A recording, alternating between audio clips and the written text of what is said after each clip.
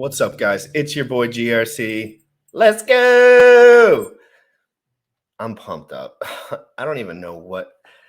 Everyone in my life has been like calling me, texting me, lots of stuff, lots of problems. I don't know what they're doing. I can't think about it.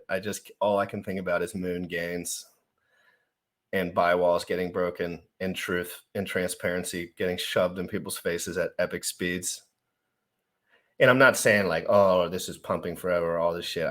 Richard Hart, I mean, if people really do want to read between the lines a little bit, just like when Alex mentioned that Keytron would likely dump off the top, but nobody listened because they were selectively listening at that time for what they wanted to hear.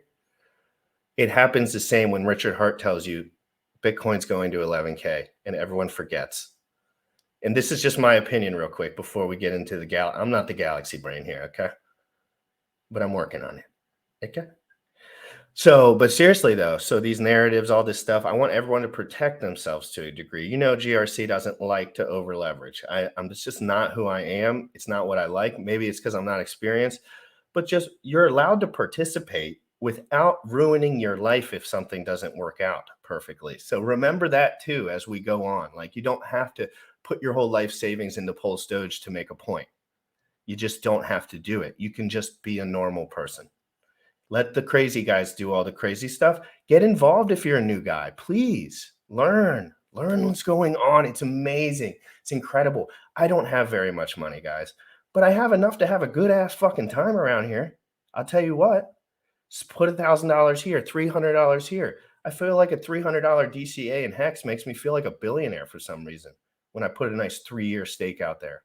It makes me feel great inside. It makes me feel like I'm making the right decision. And in the same way it makes me feel when I'm interacting with the Hedron protocol and dealing in the Telegram, talking to these guys, I get the same feelies, except there's more sell pressure on these feelies by the whales, which was by design. So it gives me extra feelies because now I feel like I have a bigger portion of the pie when everyone else felt like, oh, that pie just lasts forever. I was sitting there like, can you guys not do the math?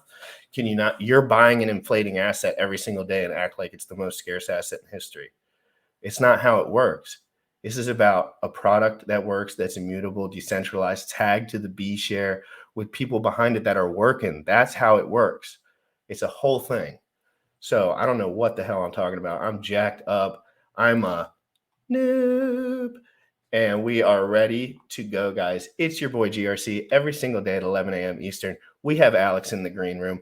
We're going top to bottom with it. If you don't know anything about what's going on, you just sit back and drink a coffee and watch this. You might need 11 to 14 watches on this in order to do it. But smash a like while you're at it, guys. If you're new, just understand we're streaming live on Icosa and Hedron all day, period. End of story. I don't even think I can do anything physically else. Like I just will have to be doing that because I'm so excited. It's going to be a good time, guys. Every single day at 11 a.m. Eastern. Let's go to the DeFi proof. You already know what time it is. Crypto in the morning. Crypto in the morning. Crypto in the morning. Waiting on phone. Crypto in the morning. Crypto in the morning. Ready to take notes. Crypto in the morning. Crypto in the morning. Crypto in the morning. Waiting on phone. Crypto in the morning. Crypto in the morning. Ready to take notes. Smoking a blunt on my way to the gym. 11 a.m. and I'm already tuned in. Got me some Hex and I'm making a stake. Got me some Hedron, I'm making it rain. Pay me some Maxi and that's just in case. Jim ready sent me to show you the way. DeFi proof. Crypto in the morning. Crypto in the morning. Crypto in the morning. Waiting on phone. Crypto in the morning. Crypto in the morning. Ready to take notes. Crypto in the morning. Crypto in the morning. Crypto in the morning. Waiting on phone. Crypto in the morning. Crypto in the morning. Ready to take notes.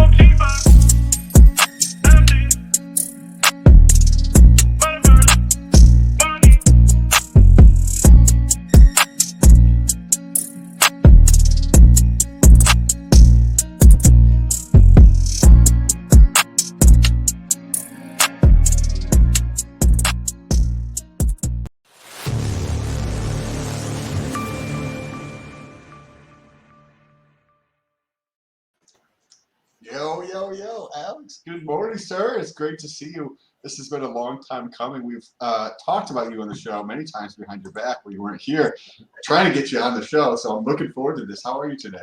Pretty good. How about you? I'm doing freaking awesome. I heard a very interesting story in the green room, and I would like to learn a little bit more about this. where you knew or you had an idea that Hedron was going to sell off, but in the back of your mind, you already had the idea of Icosa to come out with this as one way of weeding out the whales who didn't believe or understand what was going on at the time when that launched. I don't know if that's 100% accurate in the story, but I was like, oh, wow, this is freaking awesome. This is hilarious. Can you tell that story? Yeah, so I mean, I don't know if it's as crazy as it sounds, right? But like one thing when you're launching something that's effectively an airdrop is you have to consider the side of like, okay, what are the whales who the people who get the most of this stuff? What are they going to do? And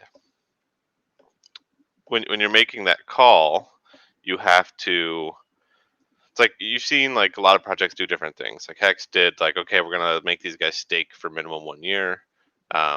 You've got guys where they said, okay, we'll just like penalize whales. You can do all these things, or just make it a one-time deal. The one-time deal thing doesn't work for Hedron because Hedron's really designed to be this continuous benefiting thing to Hex. Like if you stake Hex, you'll get Hedron. Maybe it's not a ton right now compared to like where the prices are, but you will earn it every single day, regardless of whether you mint it or not. And we all know about accumulation over time in these industries. Like, I mean, a little goes a long way in 2 years. I'm just going to, Yeah, it's like if we do like some just like basic napkin math, right? Like if you made like a 1 T-share stake, right? And it served 1 day. Well, you get 1,000 Hedron. That's not a whole lot in the grand scheme of things right now. But in 15 years, it's like 5 million something Hedron, right? It does build up. We do have people with 10x's, so it seems a little off kilter, right? But that all balances out. But the real thing with this airdrop is if you're going to continually airdrop to people, and some of those people are going to be whales that don't believe in it, you really want them to be in like a disadvantaged position. So I more or less had the idea of Icosa at the time of launching Hedron, and the idea was that I just won't talk about it. We won't include it in Hedron. It'll be a separate thing. And these whales who are like, oh, well, I don't really like this one pumpamental it has. I'm just gonna dump all this on market. They're forever disadvantaged because they've effectively dumped 2 years of tokens without realizing it, right? And that's the only way I could come up with that allowed people to mint effectively continuously against their stakes, but also create a situation or the most possible fair situation for the little guy, because the little guy, the only way they get some of these tokens is if whales dump it so cheap that $100 buys a ton, and we got pretty close there. We got pretty close to 7 zeros. So I think I did claim like a lot of backloaded 10x's, so I can't remember these numbers exactly, but I think I bought $50 of Hedron 3 or 4 times. And I just wanted to have a piece of the pie. I wasn't thinking about anything other than I know all the whales sold, right? But like, I'm smart enough to just think about things in reality rather than the narrative that I play in my head over and over because of the things that I see. And I knew that somebody sitting down, taking time, learning about a process like we do in the Hex community, you would have thought about this, and that the coin has to be distributed somehow. And when Bitcoin started, how do you remember who got the first biggest load? They all have no Bitcoin anymore. Yeah. None of them have Bitcoin anymore. Yeah, I mean, like, all those guys sold 10,000 Bitcoin for a pizza, right? Oh my. Like we all know that story. What do you think? So going into this, when I first learned about Hedron, I was like, oh, this is very interesting. This is cool, the things you can do. But then I was like, I don't see anybody. Why would anybody take 30 cents on a $500 stake or whatever it is, kind of thing? So were you already saw this? You're like, nobody's going to use this feature, or were you like, hey, the price over time, you would expect the price to accelerate where it maybe if you get 50 cents on the dollar or something, or 20 cents on the dollar, whatever it comes out to be, where you could pull on $1,000 stake or $10,000 stake, you could pull $2,000 or something like that. Where is that? You already saw this beforehand? Like if Icosa was never a thing, it would play out eventually because these whales are so concentrated. Well, we won't say whales, we'll say sharks, because the reality is no whales have sold almost all of them have just claimed. There's like one or two that minted and just hold it. It's all sharks that dump. That's bullish. Yeah. But there aren't that many whales in the first place. But anyway, these sharks, when they dump, right, they're dumping, I forget, that 2-year period was somewhere pretty close to 1 trillion tokens. And so they would dump that. Well, that 1 trillion tokens doesn't go to one person.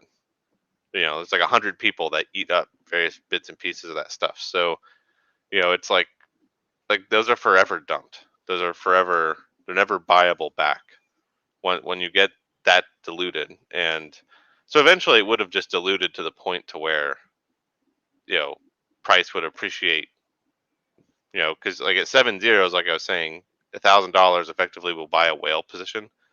So if you have the price that low and you have all this stuff just distributed out, like, it kind of just will do what Bitcoin did when it was minting like stupid tokens, like 50 tokens every couple seconds to people.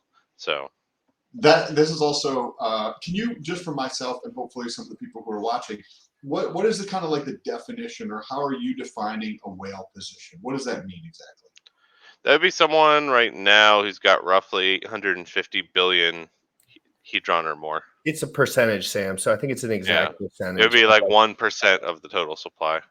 Okay. Thank you. That was it. Real quick before we move on, Sam, gather your thoughts. This is explosive. I'm enjoying it. I'm freaking out. The emotions inside me are incredible. I don't know why, but guys, so I want to announce a couple things just for the sake of that buy wall just smashing with more force. We are doing right here. It's confirmed. We are going live on multiple channels. We got like 5 or 6 channels, guys, that we're all restreaming the same exact thing. Icosa launch marathon, and we're going to have segments of each of the guys who really like these products coming on. And what a great idea. Yeah, so it's going to be like 6, and anyone that has a YouTube channel that has any, that's active on it, if you want to restream it with us and just like spread this love, just please, guys, we are good at this. Trust me. We know how to do this. I don't know how to do the shit Alex does. I know how to do this. Okay. I know how to get pumped up about something that's truly amazing, and I'm feeling good vibes. And Bullish has been in the background, absolutely crushing the freaking game like he does every single day, guys. So we are going 420. We got Cryptographics, RH Max, Crypto Sloth. We have Crypto Kool-Aid's coming in there to give his piece, and we're doing this live. I'm dumping my streaming computer HSI that I set up for this. We're gonna have a good time with it. And make sure you retweet this tweet for the show today. We're at 226 live viewers, guys. Make sure you smash the like. Everyone, I'm excited. Thank you so much. Let's continue with this beautiful. Alex, more on a personal side, like what do you feel about the amount of support you're getting in the community? I mean, I love it. I think this is freaking amazing. But I know sometimes when somebody reaches out and some piece of content or something that I did, they're like, hey, I saw that thing and I started to take action and I changed my life. And you're going through and you're doing this, and GRC's like, hey, yeah, we got these 5 effing channels and we're all talking about Alex's stuff, right? And like, I'm sure that's really impactful. How is that like for you mentally, and just like to see the outpouring of support for what you're working on? Because I don't know you for shit. Like I don't, to be honest. I mean, never. It's nice, right? Like Hedron launches, and there's some like initial like people are like, oh, that's cool, awesome, and then like maybe like a week later, everyone's like, oh, it's going to 0, right? Everyone hates it, but it's one of those things. Price goes up, and then people support you. Unfortunately, like, but no, I do like the. I mean, it's nice to have. It's a little bit of anxiety too, right? Because now you have all these people that are like, do it, do good things, make it happen. You're like, all right, I'll do it. I'll drop all my hobbies and work all day long. Yes, I will. Yeah. Now I know you continue. Like I'm just excited. I don't know. I get excited, and I don't know you, and I want everyone to know that too. Like me and Sam do not know Alex by any means. We have studied his work only.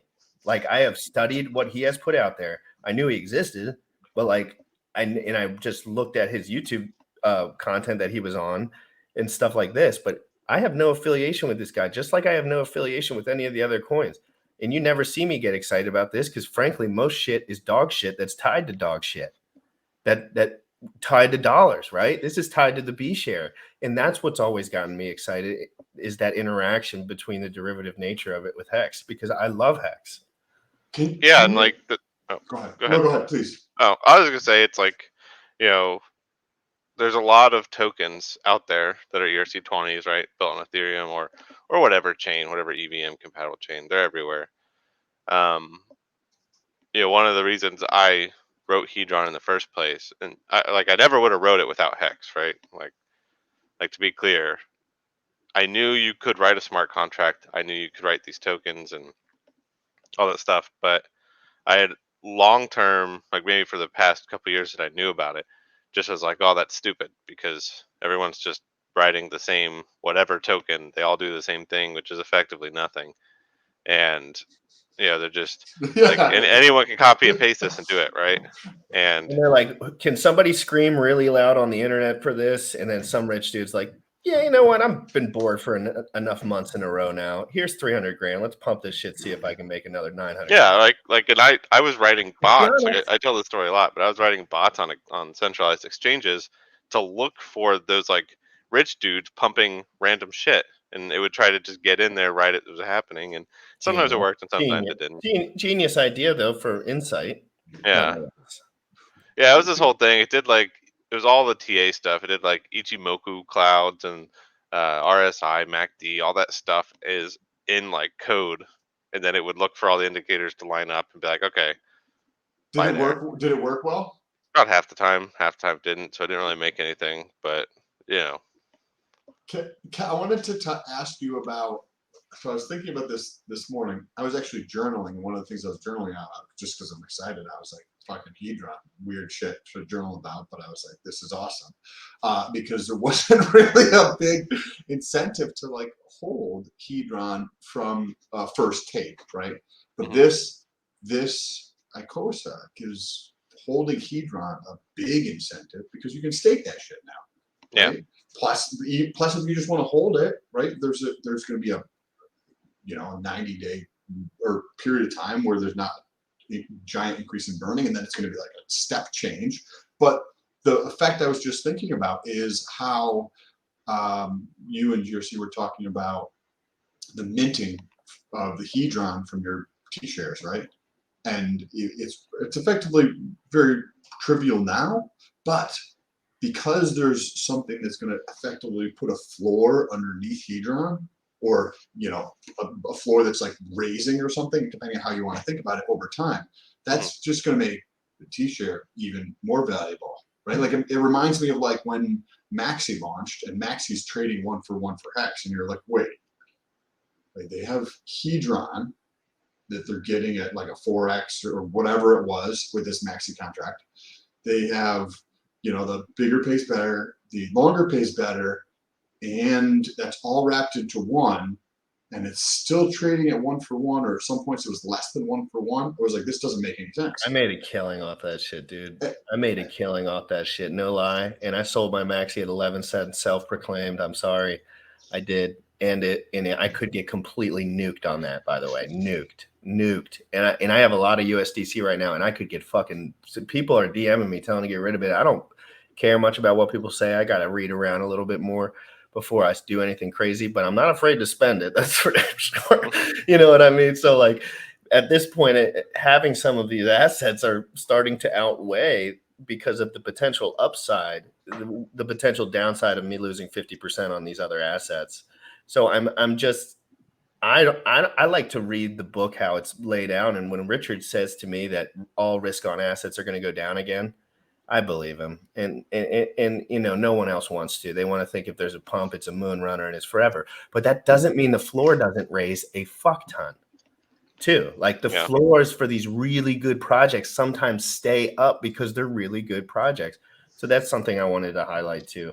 I forgot what I was saying. Well, I mean, look at Hex, right? Like right now, Hex has been largely correlated for like the past couple months, right? But for the longest time, Hex was doing the opposite thing the rest of the market did. Market's going down, Hex is mooning, So, who knows what happens in the future, but I don't think it's impossible that it doesn't happen again, right?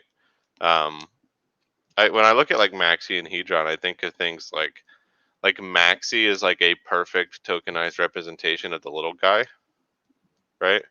Like Maxi is the hopes and dreams of the little guy in Hex, more or less. All the small newer stakers put a little bit into Maxi. There's no real whales, like there's a couple, but they seem fairly benevolent. So, but all those little guys are in it, and that's why it trades at a premium, because all those guys saw the Hex go to 50 cent thing, and maybe some of them bought that go to 50 cent piece, and they want that to happen again. Like that's their like charts are just a collection of like human emotion, and the more emotion aligns, the more things happen. So, you have the side that like Maxi is like, no matter what, it's always worth more than one Hex just by its design, but that doesn't mean it can't ever trade at a discount, because at some point it could. But I think what That you're would be just saying crazy, is though. that would be crazy. Yes, It would be that insane. that would be Wait, worth what would buying be crazy? if Maxi trades at a discount ever. Oh no, versus I and this is my take on that, and I want to call someone out too while we're at it. So as a noob, I'm still kind of a noob, but I mean, at some point, it's been like 2 years, and I study this shit all day. So I'm gonna stop calling myself that. But I like it, so it makes people hurt more when I beat them. But like, so Tangent came on this show, and I was fresh, baby. I didn't know if what I was saying was true, but I had read a lot. So I was pretty darn sure. Tangent you're said, really good at regurgitating things you read on the internet. pretty much. But Tangent was like, this is gonna trade at a discount at some point. And I said, I don't think that's possible. I said, I don't think it's physically possible to trade at a discount when it's a 1-for-1 mint phase that has all these added benefits. And I told him, I said, it's more likely to hold at a 2x. In my opinion, I think this is directly going to hold at a 2x. I think there's a psychological barrier there too. But I said, I think this is going to stick to that part. And he said, you're out of your fucking mind. And I said, you are 10 years into this shit, and I think you're out of your mind. And we're stuck at a 2x, people. And that's all live, by the way. Tangent, I love you, by the way. But I'm going to call a spade here. Eh? Alex, I wanted to. That was a good call too. We were talking about it back in the day. With Hedron price continuing to, it's been up obviously for the last 45 days or something. But assuming that Icosa is successful as it goes through, like there's a shitload of excitement and that kind of thing. I'm thinking at some point in the future, if somebody has a $10,000 Hex stake and that is through an HSI, and the amount of advance against that, we'll say, is 40% of that, right? So they could pull $4,000 off of that. At some point, does that kind of like almost make Icosa less relevant, so to speak?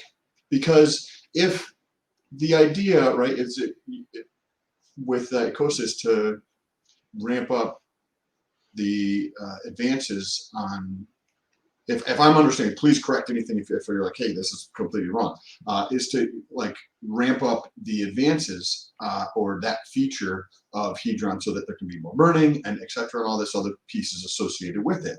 But it's at some point, if this is successful, then that is, maybe it just sits right below it, but at some point people can just take cash out without selling their stake, right? So then it's like, well, on the one hand, I have an HSI that's $10,000. I need liquidity. So when it's not very relevant to get a couple bucks on a $10,000 stake from HSI advance, versus I could go to the Icosa and sell that, right, and then get that to turn into liquid. Versus at some point, if Hedron's high enough, then I have, say, if it was for 40% of the dollar, right? So then I can pull $4,000, but then I get to keep my HSI to create the liquidity. So, you know what I mean? Does that create like a little bit, it's at some point potentially down the future, but Icosa could still be there for people who want to get rid of it. I don't know. I'm just curious. I'm thinking out loud here, and I'd like to hear your thoughts on that. Yeah. So, like the deal two things to think of first. The first one is that HSI buyback deal is going to continually get worse and worse, right? Because it factors in the hex share rate, and that only goes up. So right now, if you have, let's say you have a 1 t-share stake and it's worth like 240 ICOSAs, the rough number. It's 240 ICOSA right now. 2 years from now, 3 years from now, it might be 100 ICOSA for the exact same stake, right? Like the amount it's willing to give out for these stakes will go down. This is the period of which it will pay out the most in all cases. The yield in ICOSA. Go down. Wait, you said 240 roughly ish, and then on 100. Okay, gotcha. Like right now, 1 t-share stake will get for 5555 will get you roughly 240 ICOSA. We don't know what it'll be in a couple years, but it will be less. And same thing with yield, right? Because yield is a factor of burnt hedron, but that also gets divided by the share rate. So like all these things are gonna slowly and surely decrease as the share rate goes up, and the mintability of hedron also decreases at the same time. Mm-hmm. So the best way to picture it that I can think of is like you have two polar opposite coins. You have ICOSA launch, zero supply, relatively hard to get. Then you have hedron, which is like, here's all the free coins you could ever want right now, right? And what they're going to do over time is just come closer together, right? This one's going to inflate, like ICOSA is going to inflate. It's going to get more coins over a couple years. It'll probably be somewhere in the millions of tokens is my guess. The hedron side, well, it's inflating a ton right now, but at some point, especially if its price comes in and people start borrowing, burning is going to go up as well. And then so it has this weird supply where like it's exponentially curved down. Like it's hard to picture, but you have this the idea, if I'm understanding, I want to make sure I'm on the same page. So you have hedron's very inflationary right now.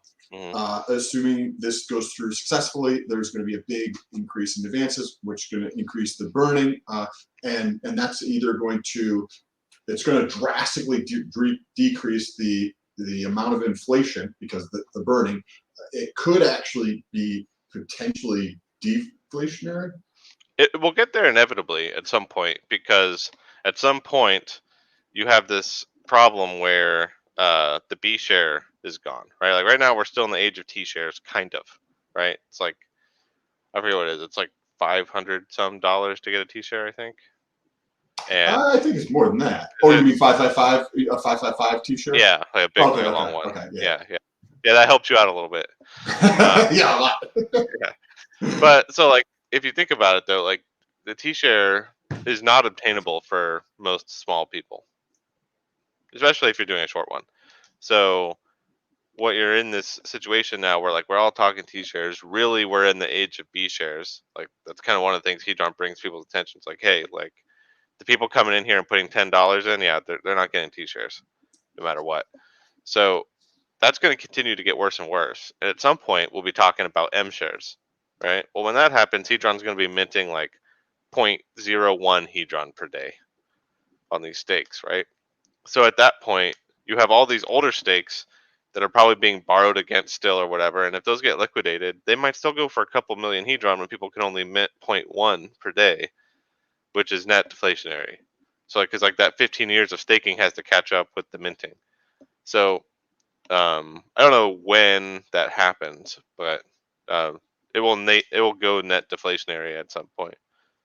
That's fascinating, right? Because you have the Hedron that's going to be net deflationary, and the supply of ICOSA is going to gradually go up, but at a decreasing rate over time.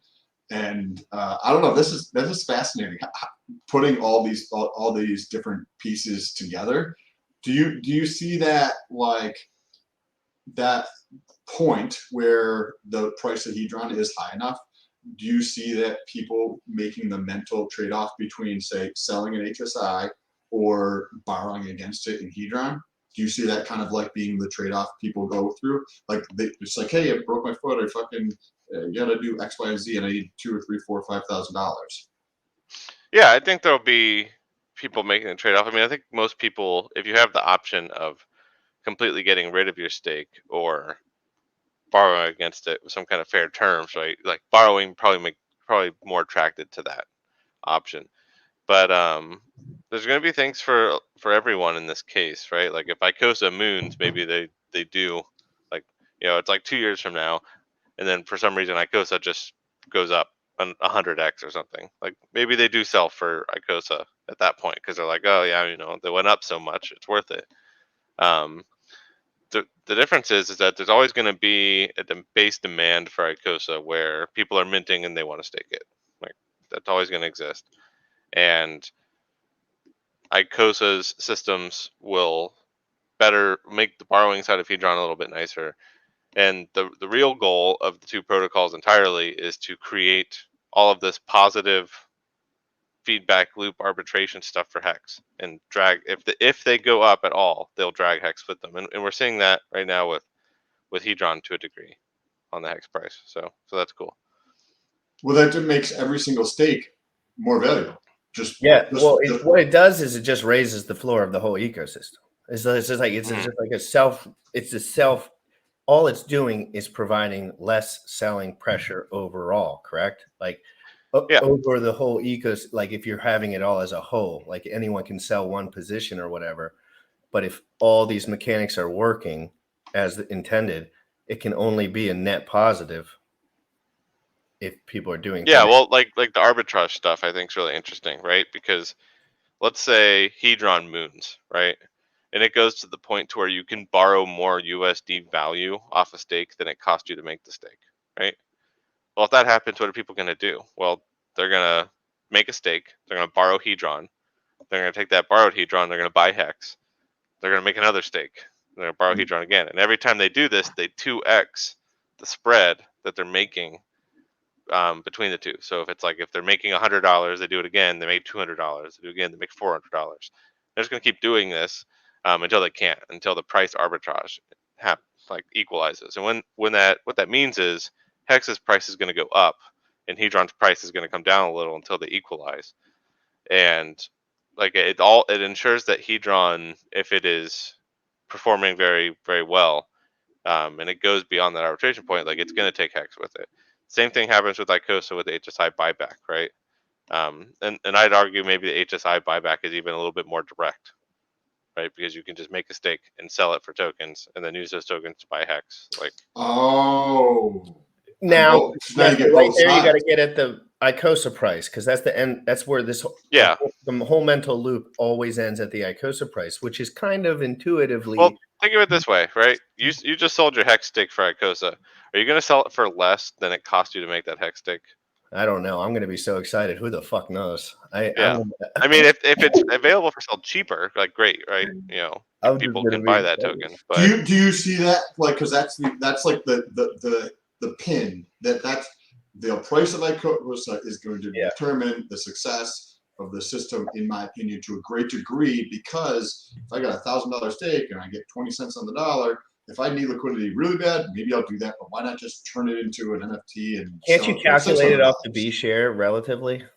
Well, like think of this, right? Okay, so you make a Hex stake, cost you $100 to make it, right? You go sell it to Icosa, and there's no liquidity pools for Icosa. No one knows what the price is yet.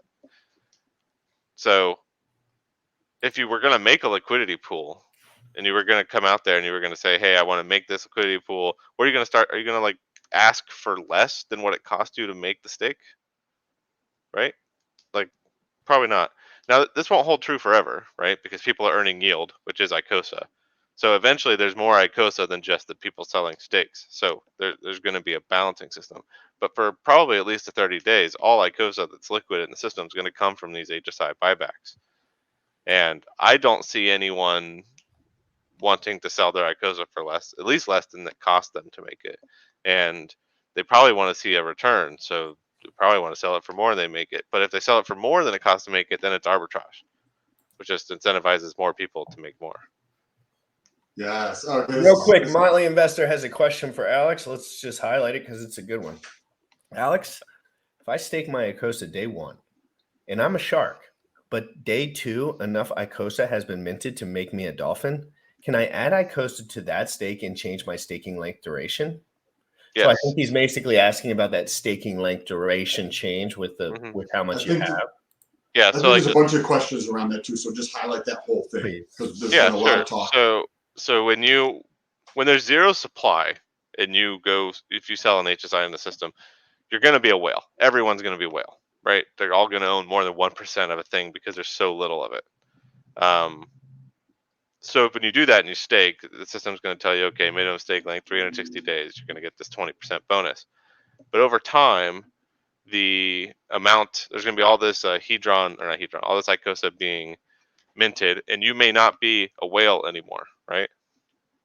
So if you're not a whale anymore, but you still have that minimum stake like the 360 days, but you're watching your bonus go down because the bonus gets calculated when you end the stake, and the time that you have to do it gets calculated when you start the stake. So one thing you can do is you can add a little bit of Icosa or Hedron, whichever stake it is, to your stake, and that will reset your minimum stake length. So if you're a whale and you get diluted down to like a dolphin, you can add like one Icosa and then go from 360 days to 180 days of minimum stake length because you got diluted. You can also add a bunch of Icosa and regain your whale status. So the add button is for both things really. Like if you got diluted and you just want to accept the dilution, you can add just a hair and it'll reset your time.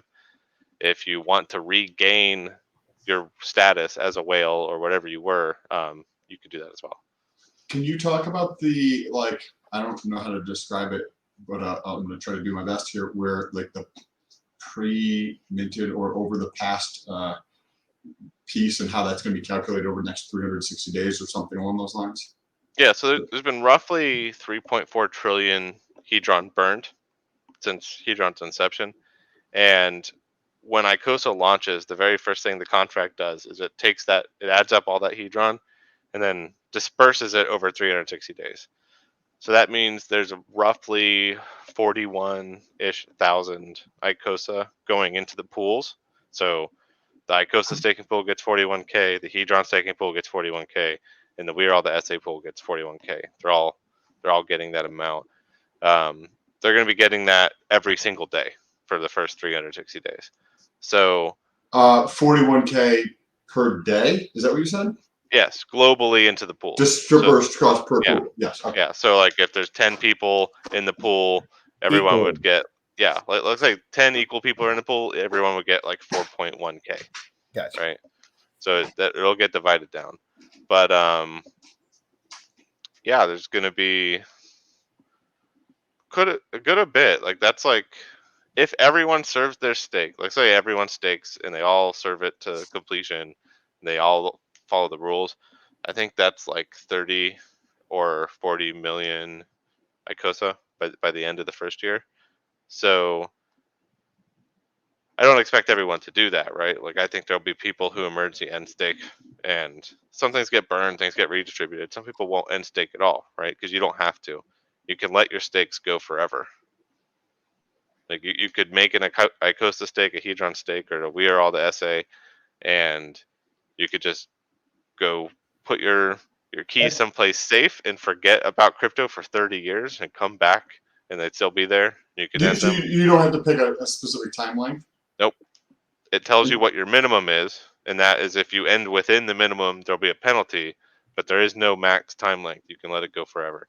So that's another huge point that I think a lot of people definitely don't know. I was just getting to that with Bullish this morning in our back and forth, because you have to get to certain topics as you go in your mind, and now I'm getting to the point where it's like, okay, what is the game plan? If you plan on doing the minimum amount with no issue, what is the game plan for after that? And do you have to set that, or do you just wait? The time. No, you just wait. Yeah, you just say how much you're going to stake. You don't define a time. I got you. Could somebody pull out? So say they're going to put in then stake. Can they pull if they pull out a portion of that? Is that possible to pull portion? And then so I wanted that to be reset? a thing, right? We were talking about that when, like, once Icosa, the idea was out. At the time, I was calling it Hemdrom. It was like a code word meme token. But the community, we're all discussing it and all this stuff, and we were talking about, okay, well, what about like auto compounding yield and stuff? And it gets really tricky when you do that, because it's great for like the guy who wants to go like super long term, but it sucks if you get a guy who just doesn't care about the money but wants to ruin the protocol, right? Because if you allow to use auto compounding yield of any kind, someone can just sit there and just continually do it. Whatever the penalty is doesn't matter, because like ideally the penalty would be more time, right? You just increase the minimum stake length every time they do it to like, you know, 30 days more, 30, 100 yeah, days you know, more, add whatever. another year or whatever, right? It just doubles or something. You can do that, but what if someone comes into the system and they just don't care? They're like, I don't care about the yield. I just want to ruin ICOSA, so that every single day they just compound, compound, compound, compound, and now they're getting 99% of the pool because they've compounded every single day forever, and their minimum stake length is 10,000 years. You know what I mean? And then they don't care, but they've ruined it for everybody else by doing that. So there have been things that were originally like cool ideas, like, oh yeah, we could do that, that we've walked through and like, okay, you know, what are the potential attack vectors of this, and had to cut some features from Mycosa over time just because. So if what would happen? So just so I want you to understand. So if somebody's like, say the three of us are all on a pool, and I'm earning $10 worth of Hedron or Icosa, and if I'm auto compounding, if there's a feature that allowed or was automatically auto compounding on a 24-hour basis or something, Mhm. what's the risk of that? What's the downfall if that's like programmatic? It can't be programmatic, first of all, because you can't automate things on the blockchain. That's like the crux of Ethereum. So it has to be manual interaction. But like auto compounding can be like at its core, it is fundamentally broken on one side, just because the people who get in early always win. You basically solidify that fact no matter what. If you've got a guy who can come in and he can just exponentially compound yield forever, like he's going to be the winner forever if he never ends. So there has to be a penalty to doing that, right? Like there has to be some kind of like, okay, here's what's going to happen to you because you're compounding, which the only thing you really can do to people is because they're doing it to get more yield. So you can't penalize their yield. The only thing you can do is penalize their time. And the downside to that is if you get someone who just doesn't care and they just want to ruin the protocol, they can just compound forever. Could it be done so say the three of us, right? We're Mhm. each earning 10 per day or whatever the case is, and I'm like, okay, I'm going to do this, so I'm going to pay this fee, but by doing this to like make it better for the whole system, I have to add an additional time on. When I do that, you guys get auto compounded automatically. I mean, you can, but then what about the new guy? Comes in a week later, and you guys have just exponentially compounded before he got here. Well, he's screwed. You know, you guys have already compounded like hundreds of ICOSA of interest, maybe thousands of ICOSA interest, Can and you guys like he's zoom lucky to get one. moon brain a little bit? You guys are starting to moon brain, and you're passing Yeah, my moon brain that's fine. barriers. So if is there like a point in there that is I just don't, I kind of lost. I mean, the reality was is we cut out auto compounding because there's too many options for a bad actor to hurt everybody else doing it. So it's more fair if you have to completely end your stake and then restake if you want to compound than having some kind of yield compounding system. But we have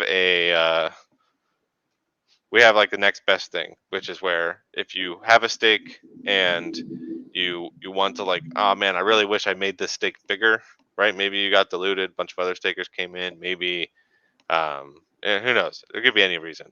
But you want your old stake to be bigger. Well, you can go buy some on market and you can click add. And it keeps your old stake points. Stake points are kind of like T-shares. Like imagine you had a 5555 from day one, and right now today you could just go add a little bit more hex to it. Doesn't affect your previous yield, right? Because like that's already done. But your yield going forward is now increased because the stake's bigger. So Okay, so you will not, you can't draw any or claim any of the yield as a little portion, right? You couldn't take 10%. That's accurate, right? yeah, you have to take 100% when you end it. but you can go buy a little bit on market or obtain it some other way and add it in, and now your older stake with the better rate is now a little bit bigger for doing that. Oh, this is fascinating, Alex. I love this. What pool are you personally most excited about? And I know you can't say it's a fucking I like all of them or whatever, but which one are you like more excited about, or did you learn more about by going through the process of creating this, or like what do you? So there's going to be some interesting things. I'm just going to like use testnet stuff for what people did, right? It's not entirely true because people will be complete degens on testnet. Like for example, There's like trends. We're All the SA got 80 million USDC on testnet, right? And I'm like, there's no way. Hey, never say never, Alex, please. Yeah, right. But I don't see that being realistic. So everyone's payouts and We're All the SA were not particularly like fantastic unless you put in like $1 million because everyone just turned all of their pulse sack, like the whole thing, into USDC. So it's like that was a thing. But when I look at the pools and like behaviors, right? Hedron pool was most competitive. Everyone was putting Hedron in the Hedron pool. But the flip side of that was the Icosa pool was fairly small because like you had to make the HSIs and all that stuff. And I think we expect that, right? Because it's really the only way to get in for the first 30 days. But the amount of emergency end staking we were seeing on the Hedron pool, like 10 days in, right? So a couple days went by, they've got some Icosa yield, they'll take it, right? They don't care about the Hedron. Burn it, get rid of it. So what was happening is the Icosa pool was accumulating a ton of Hedron from those emergency end stakes. That's one of the things that happens, right? Is when you emergency end stake a Hedron stake, half of that Hedron principal, well, it's burnt. The other half, it's just given to the Icosa stakers. So the Icosa stakers were accumulating a bunch of Hedron. Icosa was, increasing all over. Question on that. So somebody's staking Hedron, they're accumulating Icosa. Mm-hmm. If they early end stake that, then they lose all of the Hedron and just keep the Icosa? No, so they lose it's a linear scale. So let's assume your minimum stake days was 10 days, right? Let's just say it is 30, but let's just say it's 10. So you're in there, you're on day 1, right? So you've made your stake, you've waited a whole day, you got your first day of yield. You can end there, but you're going to lose 90% of your principal and your yield because you've only served 1 out of 10 days. So there's going to be like that's really just a percentage linear scale. So at 5 days, you're going to lose 50% of your bag and 50% of your yield. At 9 days, you're going to lose 10% of your bag and 10% of your yield. Is that accurate? Okay, cool. That's fascinating. Give me 1 second. Yep. Yeah, please take your time. This has been awesome, and everybody here is awesome as well. Don't forget this afternoon, 4:20. What an interesting time to be alive, right? But 4:20 p.m. EST, going live again. I might have to smoke some herb because that's the magical time of the gods when you're supposed to smoke the herbs according to the Gospels. Real quick, Bullish, do you have anything for us? Oh yeah, I'm just gonna update because we're literally working everything behind the scenes. So at 4:20, we're gonna go live on multiple channels. The channels that are confirmed so far is obviously Jimrat Crypto, RH Max, Crypto Sloth, Crypto Graphics. We're gonna be having Crypto Kool-Aid on. We're gonna be having like all the usual guests. It's gonna start at 4:20. We have a playlist of a bunch of different clips that we compiled and set up so everyone can get caught up. At 5 p.m., RH Max takes over. At 6:30 p.m., Jimrat takes over. At 7, Crypto Graphics takes over, and at 7:45, Sloth takes over, and then we'll go into the launch and then continue a panel and roundtable after that. So it's gonna be exciting. So we'll be streaming for at least who knows 6, 7, 8 hours today. Hey guys, I'm learning the potential power of these buy walls. And that's another thing I wanted to mention before we go, because it's just interesting to me, nonetheless, just the chart interaction with my mind. So and before we invite him back on, Silver the Antidote has been awoken from his deep slumbers or whatever. He was probably busy as fuck doing 100 different things. And he started tweeting very early about this buy wall. And, we're getting into liquidity providing here. So it's not first time I've seen the buy wall chart, but I was like, you know what? Let me think about this a little bit while I look at the chart. So I'm looking at the two things in real time. And I'm like, dude, where you start to learn about some of the real just number logic between these things. It's like all these people sold, they never bought back, and the price is right there again. And there's new people here now. So that all the numbers aside, it's like new people here. And then those people also get FOMO, super FOMO, and they make horrible decisions and then they buy back higher sometimes. So there's a little bit of a double feedback loop because of the positive pressure. And I want to talk to Alex about that. And I want to do the amazing transition that bullish.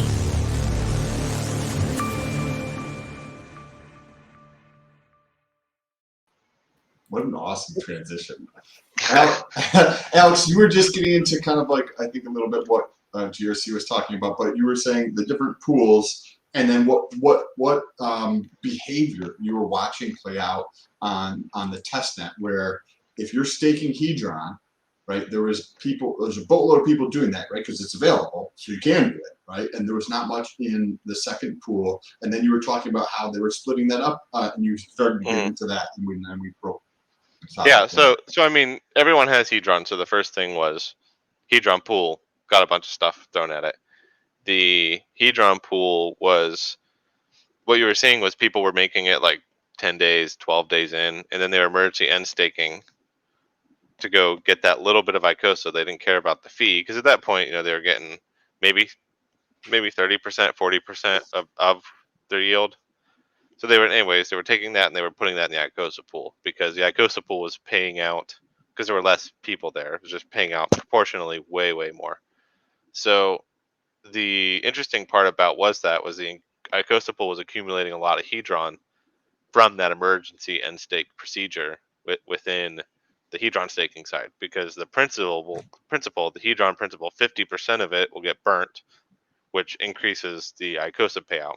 And then the other 50% just gets handed to the pool for ICOSA stakers.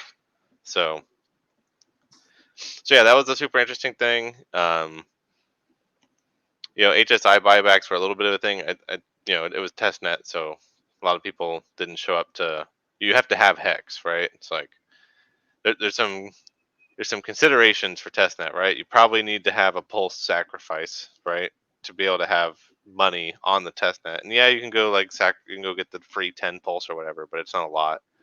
So you needed to have that so you could get some Hex, so you could stake it and make an HSI and then sell that to the contract and then stake that. So it was just a lot of work to do on testnet. So not a ton of people did that. But yeah, it's really, and then a bunch of people went in the We Are All the essay, but I believe that was all largely because it was testnet. Just to put it over there, because it's basically a gamified, Yeah. piece of it. Is there one of those pools that you are personally more excited about? I am most interested to see what happens in the ICOSA staking pool. And the reason is that is the indicator to watch what people are doing. If that pool grows very quickly, maybe every day just look at it and write down how many points are in the pool. And see how that changes over time, because that's an indicator, at least for the first 30 days, of how many HSIs and what their valuations are being put into this, right? That's a really good way to see that. And you want to watch it compare with the Hedron pool too, right? Because the Hedron pool will probably start out a really big number, but it may not always be a very big number. It may decrease and they may balance. Really? You think that they might balance over time? Yeah, I think the Hedron pool will come down. I think a lot of people will FOMO into the pool, and I think a lot of them will emergency end stake for the ICOSA pool. And when they do that, the Hedron pool will get a little bit better, a little bit more lucrative as far as yield goes. There's not a lot of excitement for We Are All the essay. There is if you're doing it, sure. There's the idea that after 14 days, no one else can come in here, and I'm just gonna earn yield forever. No one can touch that. That's powerful, right? But it's gonna be boring. So why don't you pitch it real quick to some of the guys that are a little bit more, because it is also a little more nuanced. It's just because a lot of people message me and say, why doesn't Richard talk about Pulse X? And I say because no one understands Uniswap yet. So it's just useless word salad for him to be sitting. I mean, he could if he had a few hours, but let's be honest, he's out doing all that shit. So like, what do you say for like the people that are in here, even including me? I would love to more. I love long-term investing. I love beating people with waiting. I love it. I love it. I love it. And I want to know more about this and why I should maybe allocate a little bit. I'm always like try to stay not super leveraged in, but maybe into this product because Bullish is fucking excited about it. Yeah. So we're all the SA. Like, remember like the Hex adoption amplifier, and like a lot of you guys are gonna be too new for that. But what that was is you had some ETH, and you could run some code of your choice. Like it was no like.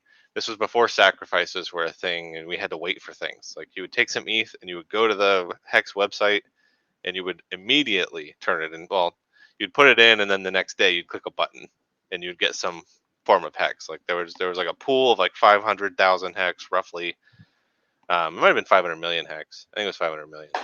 And based on how much ETH you put in for that day was how much you got out, right? It was called the adoption amplifier. This is kind of the same idea.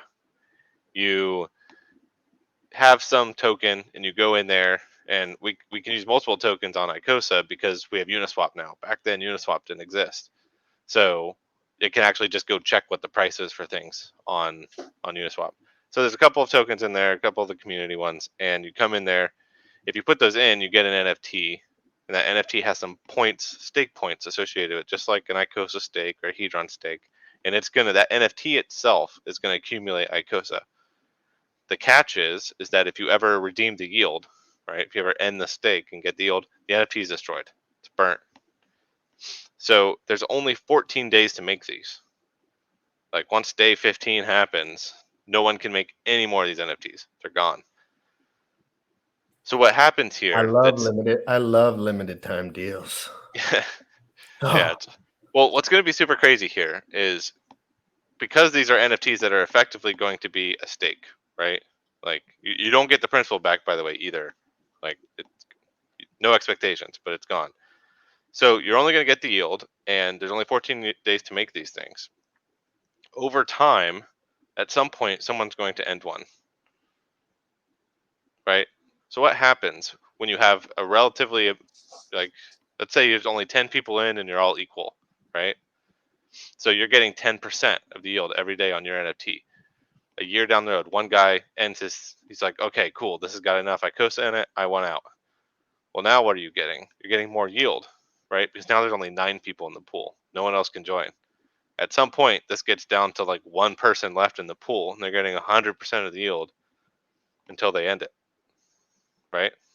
So there's a lot of people who have theories that like this is gonna, like everyone's gonna end them really fast. Like 2 or 3 years down the line, there won't be these anymore. They'll be gone because they'll have so much value in them. Maybe that's the case. Some people say they'll never be a last man because people will die before they end these things. So what about people selling them? Have you talked about that? Because if it's because that's like the coolest part in my eyes is because these are NFTs, right? It's like you may have this NFT that's accumulated X amount of dollars worth of yield.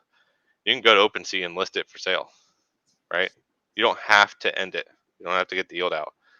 So and maybe you pay a premium, maybe you pay a discount. Who knows, right? Like you're just going to see what the market does with these things. But it's like the HSI just kind of on steroids because there's less of them. You can't just go make new ones.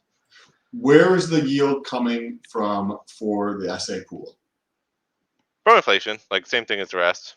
The amount of Hedron burnt every day. It calculates the same calculation. Yeah. And it's earning Icosa exclusively. Yes. Icosa exclusively. The difference is, so every pool has its unique thing, right? The thing the We Are All the SA pool gets is it gets copies of the bonuses. So like if you're in the Icosa pool and you're a whale and you end your stake, you get a 20% bonus. Well, you get your 20%, but we're going to copy that 20%. We're going to give it to the We Are All the SA guys too. The Hedron stuff's the same. You get a bonus there. You're going to copy that. If you sell an HSI and it's a 5555, it gets that little 10%. That gets sent into the We Are All the SA. We Are All the SA just collects copies of all bonuses as they happen, as well as the normal yield. So when you were talking about the test net, and the behavior that you're watching on there, and then giving it context that like, cool, this is what I see in the test net. Is this really going to be reality? Well, like people do dumb shit on test nets, right? But Yeah. also the hurdle to even get into the test net, right? You first have this first segment of people who probably have to be aware of pulse, or you know what I mean, in some fashion to be aware of it. And then once you're on there, then you can actually play around with it. And the behavior you had mentioned was a lot of people in that pool, right? A lot of people in the SA pool at that time. Yeah, like right? I can actually like pull up some testnet stats. So this is Still going. the point or the idea that I was having behind this is that a lot of people that are probably pretty well informed, I have no idea like who these people are, but they probably have put a tiny bit of thought into their actions, hopefully, are interested in the SA pool, which if you're and I'm not trying to say anybody should do anything with their money, but if you're like a beginner and you try to like understand how people who have more information than you, like there's an asymmetry of information. Alex knows shit that I don't know, so that means he is more like there's an asymmetry. It's not symmetrical information that we have. And you look at this pool of people that is asymmetrical, they have different information, and they are choosing this behavior. I don't know, it's just a very interesting insight because when you put it into that context, that's how I like to think about things when you see people doing anything, having some type of behavior, taking action in some direction, you can play it out this way. It could be completely different than reality when it comes out, but fascinating to think about. Yeah, there's like, I think the best part of Icosa is it's kind of just like, it's a little bit of everything for everyone, right? Like some people really like, I guess unless you're like a super short-term staker, then maybe there's not a lot in Icosa for you. So you have to be at least willing to commit to 30 days, right? It's like these 7-day hex stakers, maybe they won't see much in here, but it doesn't matter anyway. Those guys don't get a lot of Hedron because they were never able to actually accumulate a ton of shares. So I think the interesting for me is like, okay, if you're like super long-term minded, like maybe We're All the SA makes sense. You know, if you're just like, I just want to get some yield with my free coins, you know, because I care about Hex and I got my free Hedron and I want to stake that and get yield on my free Hedron, like yield on yield on yield. Like those guys will be really into the Hedron pool. People who are really like into the speculative nature of things, those guys probably go heavily into the Icosa pool through HSI buybacks and however else they're going to get it. Like you can kind of see the type of person in the chat. You can tell what they're excited about and roughly guess where they're going to go, because you know some people are just like, I just want to stake forever, I'm going We're All the SA, right? So it's like interesting to me that like you kind of have these 3 different archetypes of people in crypto space, and they all have their own little thing that's been tailored to them, but then those things all connect to each other and connect to Hedron and connect to Hex and create a lot of like positive feedback loop potential. I want to touch on one more question about like I want to hear your thoughts basically on this, right? Do you see that being like a probable future where Hedron could get to the point where you do have that arb we were talking about earlier? Like it's possible. I agree. It's 100% possible. It's just mentally right now, it seems like it's so extreme, but I know it's possible. But where do you see that like increasing the probability of Hedron getting to the point where it's past the value of the HSI at some point? Does that seem like a high probability event in your mind? Because it just seems like it's so far away mentally for me, but obviously you have more information. You've thought about this more than I I honestly don't know. Like it's going to come down to what people choose to do with the token. I think people doing HSI buybacks will, I believe those people are going to push the price to at least be on par, right? Like at least for the first 30 days, because that's where the majority of Icosa is going to come from. I think those people will be demanding the price be roughly on par. Beyond that, I don't know what will happen. Beyond that, you're going to start to see some yield come into the system. You're going to start to see just a lot of the other dynamics all coming into play. People are also learning that some of this downward pressure is a good opportunity, especially when we're so low in the market. Like me, Like there are a lot of guys like me that like, dude, if I coast the dumps, like I'm gonna probably be stoked out. Like I'm just gonna be like, yeah, this is lit. Like I don't care about my HSI buyback. I'm here for fucking gains, baby. Like, you know, and I'm not saying that for me in particular with how much that I have, like I'm gonna put into the Icosa pool because I want to. In that I'm just literally talking to you out of my brain. Like this is how my brain functions. I have my wealth settled to a degree, in my opinion, on certain platforms across the internet on different computers. I want to enjoy the process and all this stuff, and I trust what's going on. And I've learned from the dumps in Hex. I've learned from the dumps in Hedron. I've learned in the dumps from everything. That it's just if the product is good, and I have felt like I like the product, I really put. Most people want more money. I feel like I don't know. Most people don't have that much. Is kind of where I'm at too. Like I know that's where I don't understand. Like how much do people really have? That's kind of where I lose it because I just I don't know that much about it. So Yeah. right. You know, this is going to be a whole lot of learning for everyone because no one's really going to know what anyone else is going to do until we start to see where people start going. I did see Toby Wan asked a super chat, so yeah. Oh my God, sorry I missed that because I was in a dopamine trance. Hey Alex, number one, congrats. Quick question: so the NFT pays yield, but you get none of it unless and until you end the stake and destroy the NFT. Toby Wan Kenobi, thanks for everything you do, by the way, and I really enjoy talking to you. Yeah, so that's correct. You're going to create that NFT. It'll get allocated some amount of points, which is based on whatever you minted the NFT with, and it'll accumulate yield, but you can't actually access the yield until you destroy the NFT. So you have the option of destroy NFT, get yield, or try to sell the yield to somebody else. You just to go back to that what we were talking about a second ago. You had said the HSI selling the HSIs to the contract. People are going to basically demand, that it's probably at not a terribly gigantic discount. But you're referencing Icosa price in that? Yes. So, but where do you think about the Hedron being at the point where Hedron could get past that value of the? From an advanced standpoint. For the borrowing arbitration stuff. Yes, yeah. Yes. I haven't checked in a while, but I believe that price. I should put this in the new app when it's out because I can just do the math. You should. You're the goat. But yeah, I'll add that to my list. But I believe it's around like 4 zeros and a 4 somewhere. So does that work as in like because obviously you have the hex price is going to play into there. Yeah, too, like it depends on hex price. And so around the 4-0 mark, so Hedron around 4 zeros. And do you see that as like,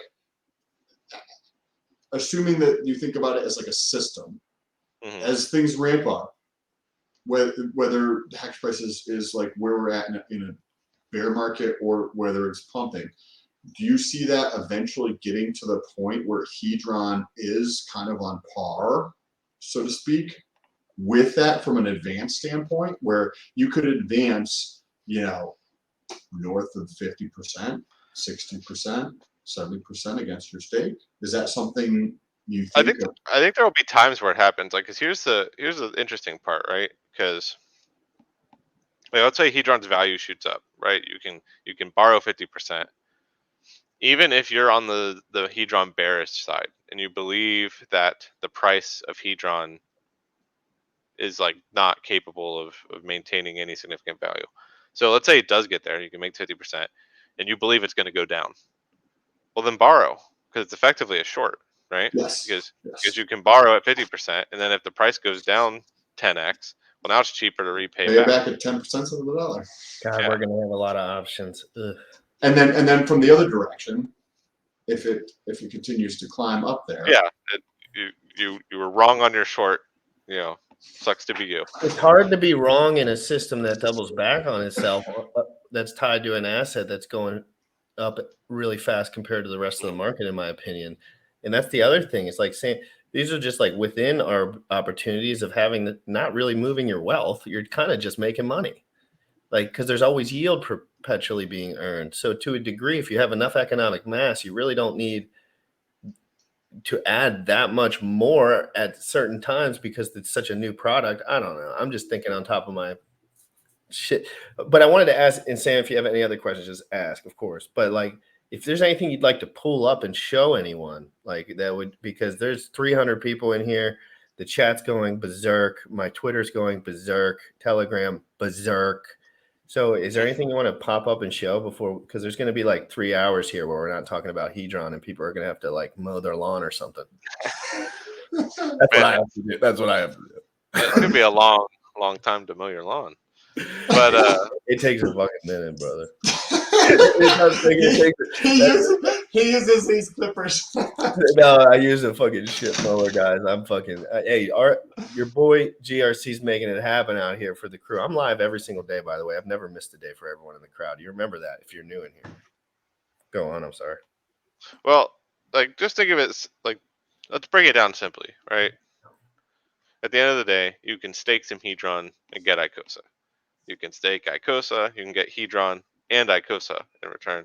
And where all the essays like an interesting thing maybe for long-term people. Like look at how the mechanics of that are going to work. You know, this on the surface, these features are not super complicated.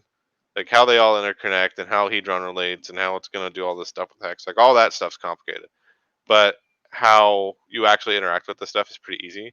So, you know, do just a little bit of digging in this next couple hours, and if you're interested in trying to see what you're going to do, and you know, try not to sweat it too much, because the reality is no one really knows what's going to happen here. Like a lot of this stuff is going to be defined upon user behavior and who goes in where. The best deals aren't going to be known for a little bit. So, and geopolitical, there is see. geopolitical factor in all of this stuff. And I'm not saying directly with your contract, but just like, you know, if they say World War III is coming tomorrow, people might be a little less apt to put their remaining USDC into Hedron. Do you know what I'm? If you catch my drift, guys, that things happen, and these are speculative risk on assets. I don't care what anyone in this world says, because they will move that hard based on news of other people. We can't control everything, right? You can't control everything. You can control product market fit and having a product that will survive. And we know bull markets come. And when bull markets come, it's like all bets are fucking off. You know what I mean? I mean, when bull markets come, things that shouldn't pump. So, you know, it's like everything goes up. It's like keep your PLSD bags if you're ready for bull market time, because they'll be going up too. Everything will go up. It's going to be amazing. I want everyone to understand that if you're dumping the rest of your fucking money into these things in general and you have responsibilities, you're making a huge mistake. I'm telling you that if you have real responsibilities, like real people relying on you. I did not decide to have a little fella yet. So GRC does whatever he wants. Okay. But if I did, I promise you that my message and my game plan would be different, because kids are important, you know. And shit like that. I just want people to protect their self, because I know the factors that can happen. They could say World War III tomorrow, coronavirus 10.0. Well, you know, and like let's not forget, like they did just shut down Tcash, right? You know, like things happen. It's gonna be weird. You're gonna see a lot of I don't know, a lot of weird things, I think, in the nearest future. So hold on tight. Don't let your exposure be too big. Barry Crump asks, has a economic audit been conducted? So we've had Pulse Police do like code review, so their little code audit thing, but nothing economic.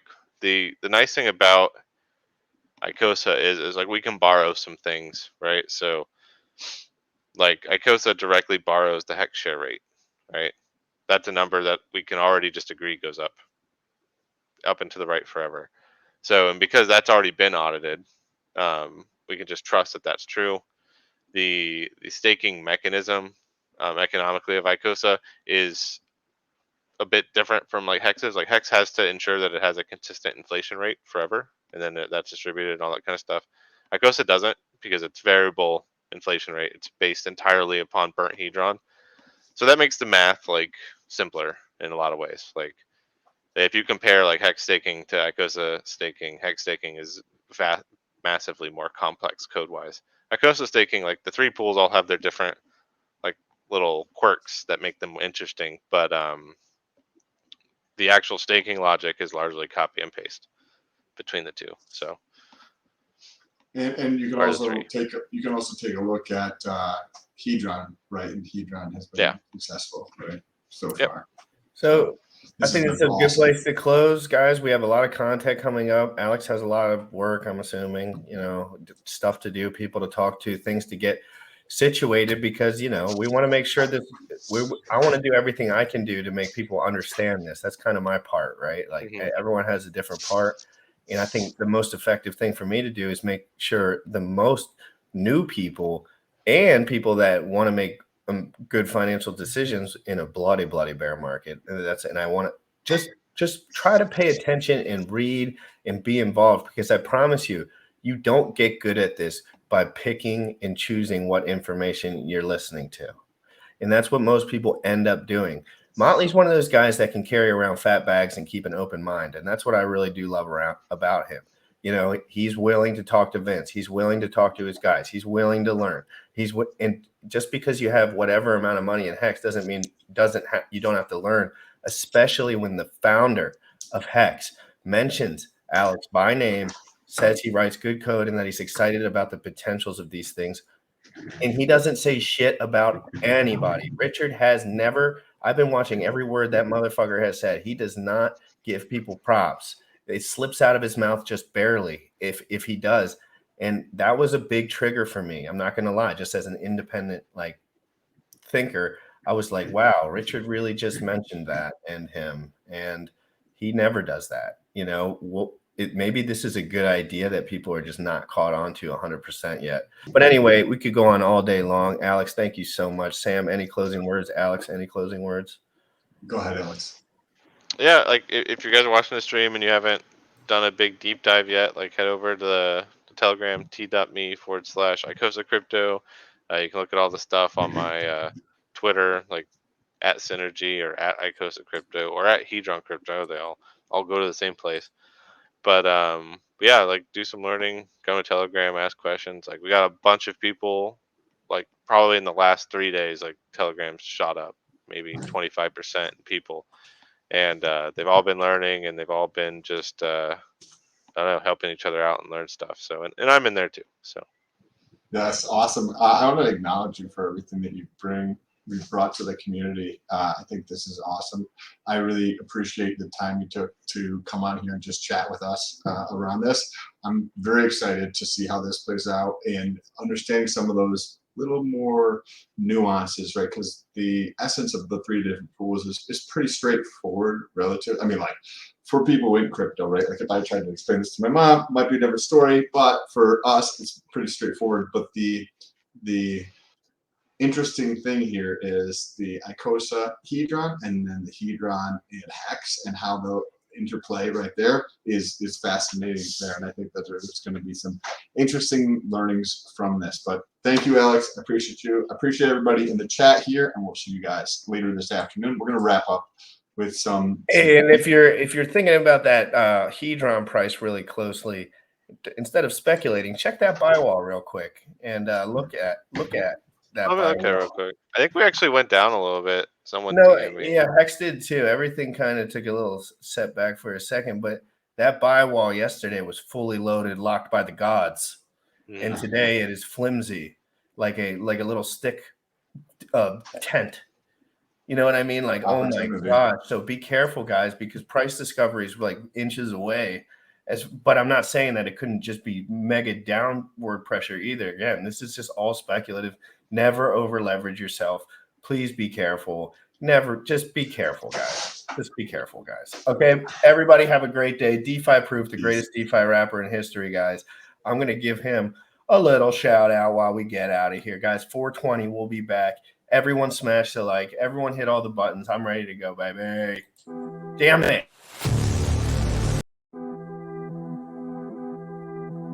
Young folks, you tripping on them motherfucker.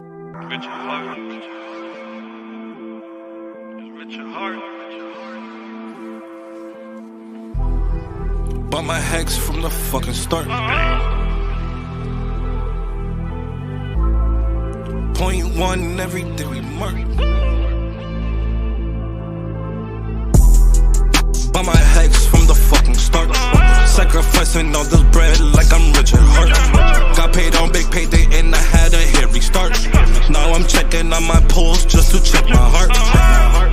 By my hex from the fucking start. Sacrificing all this bread like I'm Richard Hart. Got paid on big payday and I had a hairy start. Now I'm checking on my pulse just to check my heart. Checking my MetaMask moving. Look at the hex, he is mooning. Looking at why they be choosing. Peter is why they be losing. Pull chains out, gonna get me a check. He's gas up and it got me a mess. Remember the times he died, collect. Hex I been eating, I'm dying in the best.